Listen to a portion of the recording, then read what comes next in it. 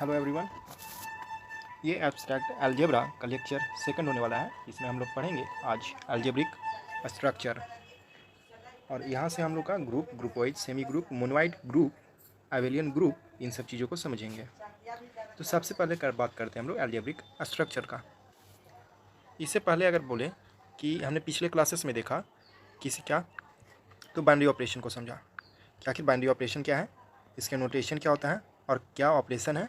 और फिर हमने दो एग्जांपल्स देखा, एक नेचुरल नंबर के लिए और एक इंटीजर के लिए, और फिर कुछ एग्जांपल्स समझा, इनको भी जो है हम लोगों ने सॉल्व करके चेक किया था। अब हम लोग बात करने वाले हैं अलजेब्रिक स्ट्रक्चर का। तो बात करते हैं अलजेब्रिक स्ट्रक्चर में कि आखिर ये चीज़ है क्या, किस चिड़िया का नाम है। तो सबसे पहले देखें कि अलजेब्रिक स्ट्रक्चर होता क्या है।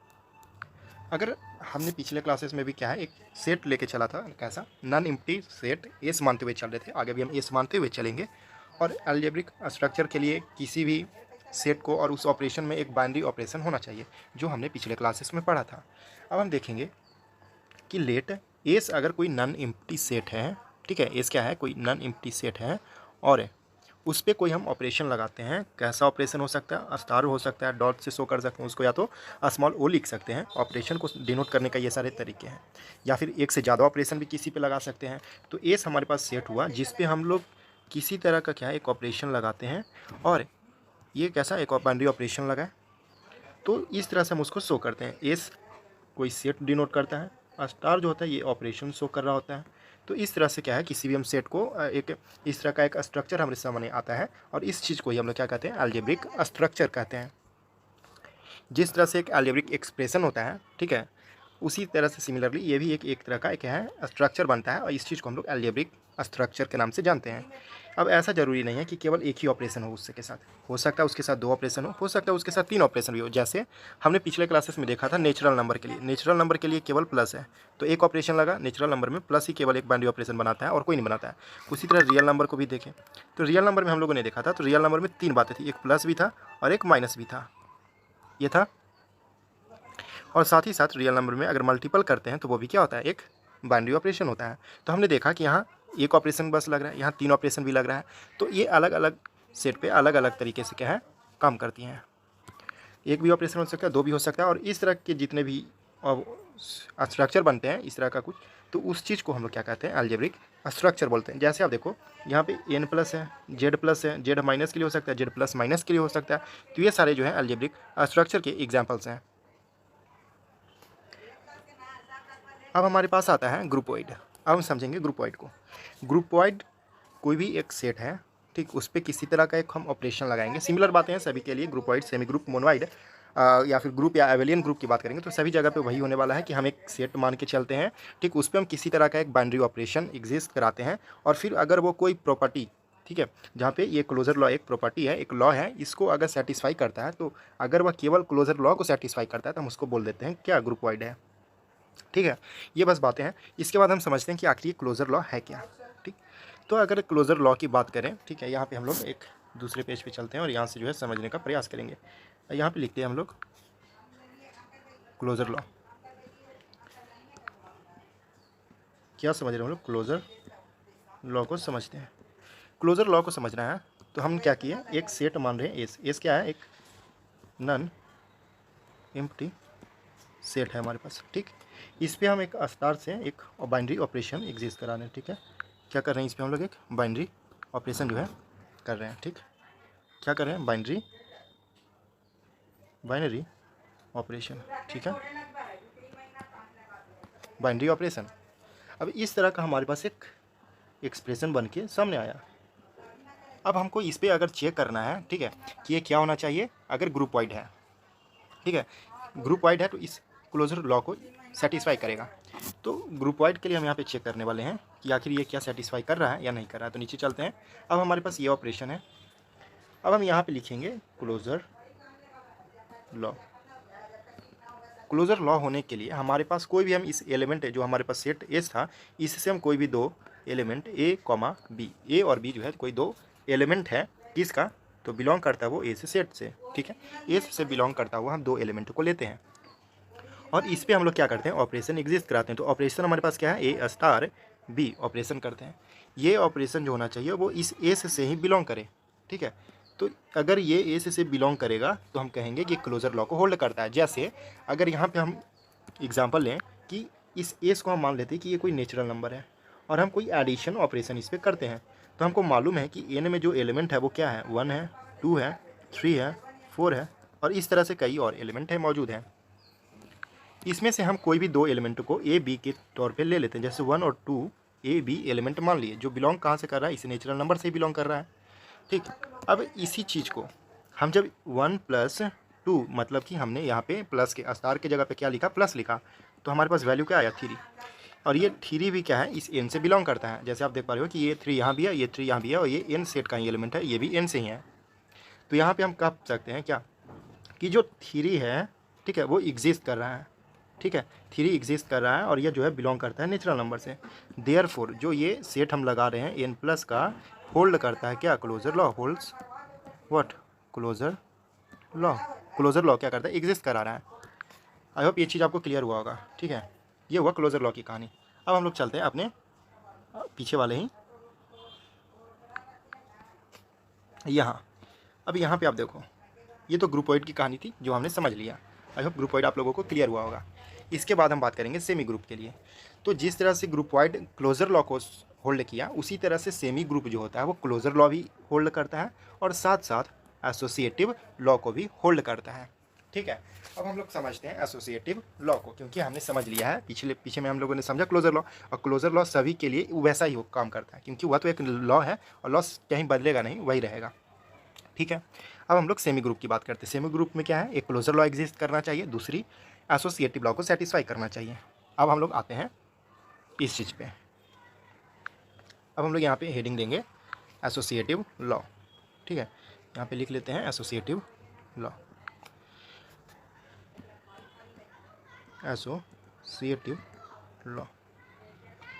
एसोसिएटिव लॉ, एसोसिएटिव लॉ क्या कहता है कि जिस प्रकार से हमारे पीछे हमने देखा, हमारे पास एस क्या है, सेट है, और स्टार मार्क क्या है, एक ऑपरेशन है। ये क्लियर है ना, ये क्लियर है। अब इस स्टार मार्क में अब हम यहाँ पे एसोसिएटिव के लिए क्या होता है कि 3 एलिमेंट लिए जाते हैं, ठीक है। 3 एलिमेंट हम कोई भी ले सकते हैं, इसमें से इस एस से मान रहे हैं कि हमारे पास 3 एलिमेंट है। कौन कौन है, एक ए है, एक बी है और एक हमारे पास सी है।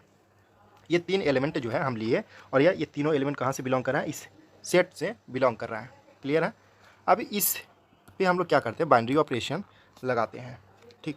तो एसोसिएटिव लॉ का सिंपल फंक्शन है कि हम पहले क्या करते हैं, ए स्टार बी स्टार सी होता है, इस तरह का। यह जो है इक्वल हो जाता है इस तरह से कि ए स्टार बी स्टार सी, ये अगर सेटिस्फाई करता है, ठीक है, तो इसे ही हम क्या कहते हैं, एसोसिएटिव लॉ कहते हैं। इसका आखिर मतलब क्या है, हमने कहा कि पहले हम ए स्टार बी इन दोनों का पहले ऑपरेशन करते हैं, उसके बाद हम सी के साथ ऑपरेशन करें। इसका मतलब क्या है कि पहले हमने इन दोनों का ऑपरेशन किया, इसके बाद हमने इस सी के साथ ऑपरेशन किया। या फिर अगर यही इक्वल हो जाए कि हम पहले बी और सी का ऑपरेशन करते हैं और बी और सी के करने के बाद हम ए के साथ इसका क्या है, ऑपरेशन करते हैं, तो भी अगर इसी के बराबर है तो हम इसको कहेंगे एसोसिएटिव लॉ। जैसे हम लोगों ने 3 एलिमेंट यहाँ पे माना और इस तरह का लॉ सेटिस्फाई किया, तो हम कहेंगे एसोसिएटिव लॉ। अब हम लोग कुछ न्यूमेरिकल, क्योंकि यहाँ से हो सकता है कि क्लियर नहीं हो, बट हम लोग जब न्यूमेरिकल वैल्यू से एक एग्जांपल को लेते हैं तो वो चीज़ जो है पूरी तरह से क्लियर कर देती है। तो हम यहाँ पे क्या है, एक एग्जांपल लेते हैं न्यूमेरिकल वैल्यू डाल के। जिस तरह से हम लोगों ने यहाँ पे नेचुरल नंबर के लिए लिया था, इसी तरह से हम लोग यहाँ भी नेचुरल नंबर को ही लेके चलेंगे। तो अब यहाँ पे हम लोग देख लेते हैं, ठीक है। यहाँ पे हम लोग मान रहे हैं कि हमारे पास जो एग्जाम्पल में कि हमारे पास कैसा ऑपरेशन था, पीछे हम लोगों ने नेचुरल नंबर का लिया था, तो यहाँ भी हम लोग नेचुरल नंबर को ही लेकर चलते हैं। नेचुरल नंबर में हमको मालूम है एलिमेंट क्या है, 1 2 3 और इस तरह से एलिमेंट और कई है।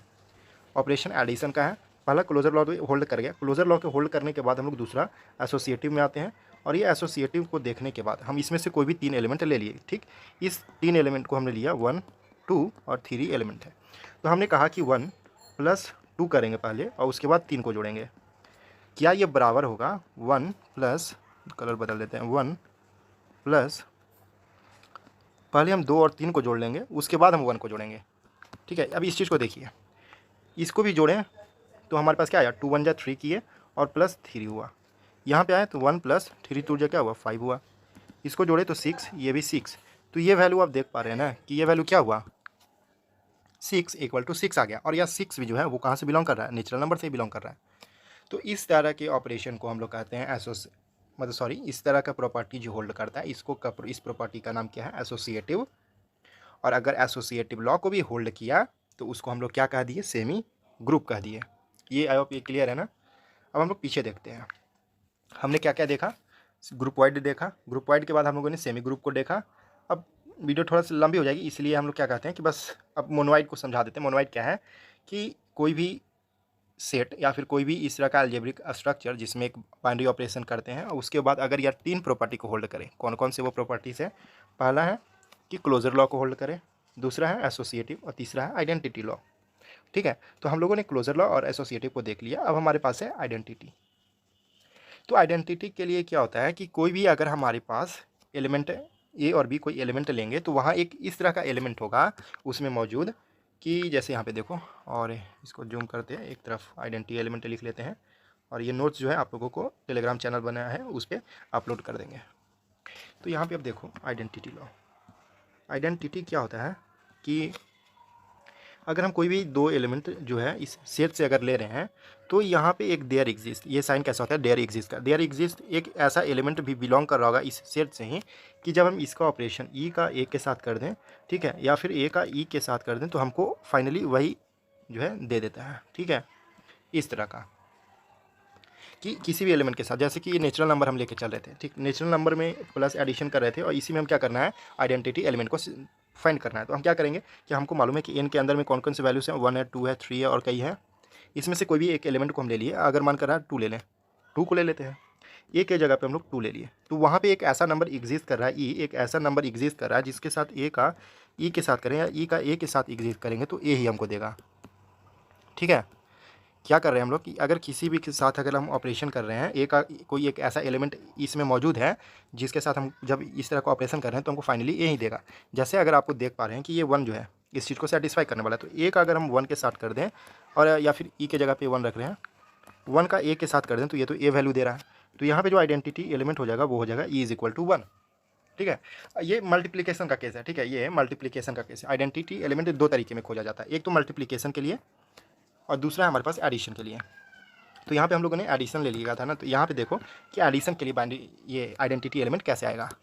अगर हम लोगों ने एडिशन लिया है ऑपरेशन तो हमको इस तरह का बनेगा, कैसा बनेगा, 0 प्लस ई, सॉरी इस तरह का होता है, 0 नहीं है ये, A plus E is equal to E plus A is equal to E आना चाहिए। ठीक है, यहाँ पे ए तो ए ही है, यहाँ पे ई का मान आखिर क्या ले लें, ई का मान 0 ले ले, ई का मान क्या ले लें, 0 ले ले, ए ले ले।